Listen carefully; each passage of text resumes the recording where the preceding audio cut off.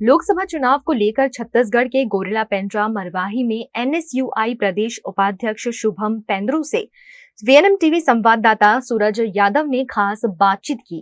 नमस्कार, आज हम जिला गोरेला पेंड्रा मरवाही के जिला पंचायत सदस्य और युवा नेता जो कि अभी एनएसयूआई प्रदेश उपाध्यक्ष हैं वर्तमान में, आज हम उनसे 2024 के लोकसभा चुनाव को लेकर कुछ खास बातचीत करने आए हैं।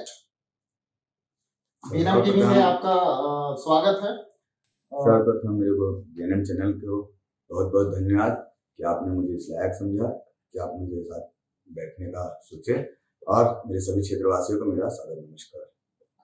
महोदय, वहीं देखा जाए तो वर्तमान में अभी बीजेपी पार्टी की अभी देखा जाए तो 400 पार और संविधान बदलने की बात अभी लगातार सामने आ रही है, वायरल हो रही है, सोशल मीडिया में जमकर वायरल हो रही है। उस पर क्या राय है आपकी, क्या कहते हैं आप? जैसे कि आपने बोला संविधान बदलने की राय 400 पार यदि सच में उनको चाहिए तो उनको विदेशों से भी वोट लाना पड़ेगा, विदेशों के साथ कॉन्स्टिट्यूशन में भी जीतना पड़ेगा। 400 तो भारत में ही नहीं हो पाएंगे, क्योंकि ऐसा तो होगा नहीं कि दूसरे दल एक वोट ना पाए, एक क्षेत्रीय पार्टी भी कोई सा टिकट ना निकाल पाए, ऐसा हो ही नहीं सकता। दूसरा, जो संविधान बदलने की बात आपने कही, संविधान तो भाजपा की गवर्नमेंट हो या कांग्रेस की गवर्नमेंट हो या किसी भी गवर्नमेंट हो, संविधान नहीं बदला जा सकता, क्योंकि जिस दिन संविधान बदलने की कोशिश ये करेंगे उस दिन एसटी एससी वर्ग का या ओबीसी वर्ग का हर व्यक्ति बिरसा मुंडा, भगत सिंह और अंबेडकर बन के फिर से वापस आएगा, और अपने संविधान को बचाने के लिए हर गली में एक भीमराव अंबेडकर, हर गली में एक बिरसा मुंडा, हर गली में एक संविधान बचाने का एक रक्षक पैदा हो जाएगा। तो मेरे को नहीं लगता कि इतनी हिम्मत किसी भी सरकार में है कि संविधान बदल सके। जहां तक है कि संविधान में कुछ छोटा मोटा चेंजेस कर रहे हैं जिससे उनका अधिकार छीना जाए, जैसे प्राइवेटाइजेशन, प्राइवेट करना, लोगों को नौकरी ना देना, नौकरियों में कुछ चीजें बदहाल करना, ये मैं मान रहा हूँ। इसकी लड़ाई लगातार लोग लड़ रहे हैं, हम लड़ रहे हैं, कांग्रेस पार्टी लड़ रही है, जो भी अभी तक लड़ सकता वह लड़ रहा है।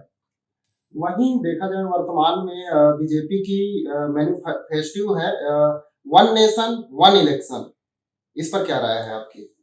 वन नेशन वन इलेक्शन हो तब जब व्यक्तिगत चेहरे पे चुनाव हो, जब व्यक्ति को पता हो कि चलो हम पैसा बचाना चाहते हैं इलेक्शन का, दैट्स गुड थिंग, पर तब नहीं जब लोग व्यक्ति को ना समझ पाए। यदि आप कांग्रेस के चेहरे पे सरपंच को वोट दे रहे हो, यदि आप कांग्रेस के चेहरे पे या भाजपा के चेहरे में पंच को वोट दे रहे हो, यदि आप कांग्रेस या जिला पंचायत को वोट दे रहे हो, जनपद सदस्य, क्या आपको लगता है कि यह जेन्युइन है कि आपका क्षेत्र का व्यक्ति एक कांग्रेसी या भाजपाई कोई काम ही नहीं कर रहा, बस कांग्रेस का हूं या भाजपा का हूं बोल के वोट मांग रहा है और आपके क्षेत्र का कोई विकास नहीं कर रहा है? क्या ऐसा होना चाहिए? आप खुद सोचिए इस बात को।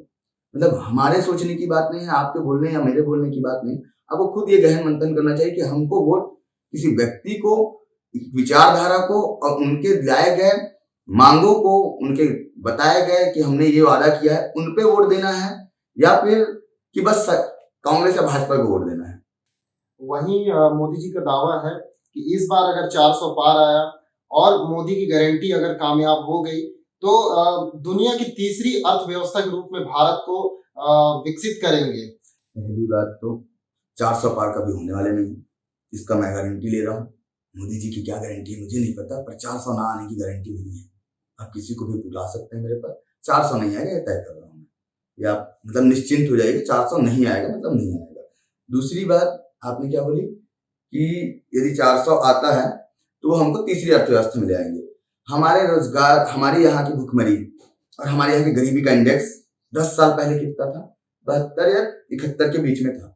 मतलब मेरे को जहां तक पता है कि 50 से लेकर 70 के बीच में था। हम उतने देश में थे। आज हम यदि 125 के नीचे आ चुके हैं, तो क्या आपको लगता है कि एक गरीब तबके को पीछे भेजने के बाद आप इकोनॉमिक को ऊपर बढ़ा लोगे? आप कुछ लोगों को पैसा देने के बाद, उनकी अर्थव्यवस्था को बढ़ाने के बाद देश की अर्थव्यवस्था बढ़ जाएगी। यदि आपको सच में लगता है कि उनके जुमलों से या उनके ऐसे झूठे बातों से यदि देश की अर्थव्यवस्था बढ़ सकती है, तो आज 10 साल में अर्थव्यवस्था बढ़ चुकी होती। वहीं देखा जाए तो अभी वर्तमान में कोरबा लोकसभा क्षेत्र में दुर्ग की जो राज्यसभा सांसद थी सरोज पांडे, उनको यहाँ बीजेपी पार्टी के द्वारा उतारा गया है मैदान में कोरबा लोकसभा से। कितनी बड़ी चुनौती उनको मानती है कांग्रेस पार्टी? जैसा कि आप जानते हैं कि ज्योत्सना मांझी और सरोज पांडे जी दोनों सामने आमने सामने लड़ रहे हैं। सरोज पांडे जी भिलाई में रही हैं, उनका कार्यकाल सबने देखा है। हमारे क्षेत्र में ज्योत्सना मान जी रही है। इनके 5 साल के कार्यकाल में इस क्षेत्र में क्या हुआ है मैं आपको ये बताना चाहूंगा। जिला बना उनके मांगों से, उन्होंने पहला मांग रखा था जिला बनाने का। एग्रीकल्चर कॉलेज उन्होंने दिया, उनके ही नाम से बना हुआ एग्रीकल्चर कॉलेज। पॉलिटेक्निक कॉलेज उन्होंने दिया, पीजी कॉलेज उन्होंने दिया। मैं जानना चाहता हूं इससे पहले भी यहाँ के सांसद, बिलासपुर के सांसद, दुर्ग के सांसद रहे हैं भाजपा के, एक सांसद ये गिना दे कि सांसद रहते हुए मैंने अपने क्षेत्र को क्या दिया है। यदि सरोज पांडे जी ये गिना दे कि आज हमारे जिले को, मनेंद्रगढ़ को जिला बनाया, उनका कॉन्स्टिट्यूंसी आता है ज्योत्सना मान जी का। हमारा जिस जगह में हम बैठे हैं ये भी उनका कॉन्स्टिट्यूंसी है। आज जिस जगह पे उस सांसद ने इतना कुछ काम किया है, आप कैसे बोल सकते हैं कि उन्होंने काम नहीं किया? यदि काम के बेस पे देखें तो सरोज पांडे जी अभी दूर दूर तक नहीं है। अच्छा, वहीं देखा जाए तो वर्तमान में यहाँ कांग्रेस की सरकार रही है, लेकिन उसके बावजूद भी यहाँ स्वास्थ्य व्यवस्था को देखा जाए तो रिफर सेंटर के नाम से मरवाही सामुदायिक स्वास्थ्य केंद्र जाना जाता है। गौरेला पेंड्रा मरवाही की स्वास्थ्य व्यवस्थाओं को लेकर क्या राय है आपकी, क्या कहना चाहते हैं? गौरेला पेंड्रा मरवाही रिफर सेंटर आज से नहीं, मेरे को लगता है हम लोग जब से पैदा हुए तब से इस जगह को रिफर सेंटर ही बोला जा रहा है। इससे पहले 15 साल सरकार में भाजपा भी रही है। उनका 15 साल का कार्यकाल में मैं खुद एडमिट रहा हूँ यहाँ के हॉस्पिटलों में। मैं खुद गवर्नमेंट हॉस्पिटल ही प्रीफर करता हूँ जब भी बीमार पड़ता हूँ। मैंने तब की स्थिति देखी, तब यहाँ एक एम्बुलेंस नहीं हुआ था। आपको पता है कांग्रेस के आने से पहले मरवाही में एक एम्बुलेंस की भी व्यवस्था नहीं थी, ये बात आप सबको पता है। एक डॉक्टर हॉस्पिटल की हालत क्या की आपने देखा है। इस 5 साल में आपको मैं नहीं बोलता कि आज डॉक्टर्स प्रॉपर अवेलेबल हो गए, क्योंकि ये सरकारी नौकरी है और चीजें कैसे होती है ये सरकार के नियम से होता है। एक ही बात बोलना चाहूंगा कि आप अपना मत उसी व्यक्ति को दो जो आपके क्षेत्र के लिए सोचता हो, जो आपके क्षेत्र का विकास करता हो, जो आपके आने वाले समय में, आने वाले भविष्य के लिए अच्छा हो, उस व्यक्ति को वोट दो। अब किसी भी को वोट दो, मैं कभी ये बोलूंगा नहीं कि किसी पार्टी को दो, आप उस व्यक्ति को वोट दो जो आपके क्षेत्र और आपके लोगों के लिए काम आ सके।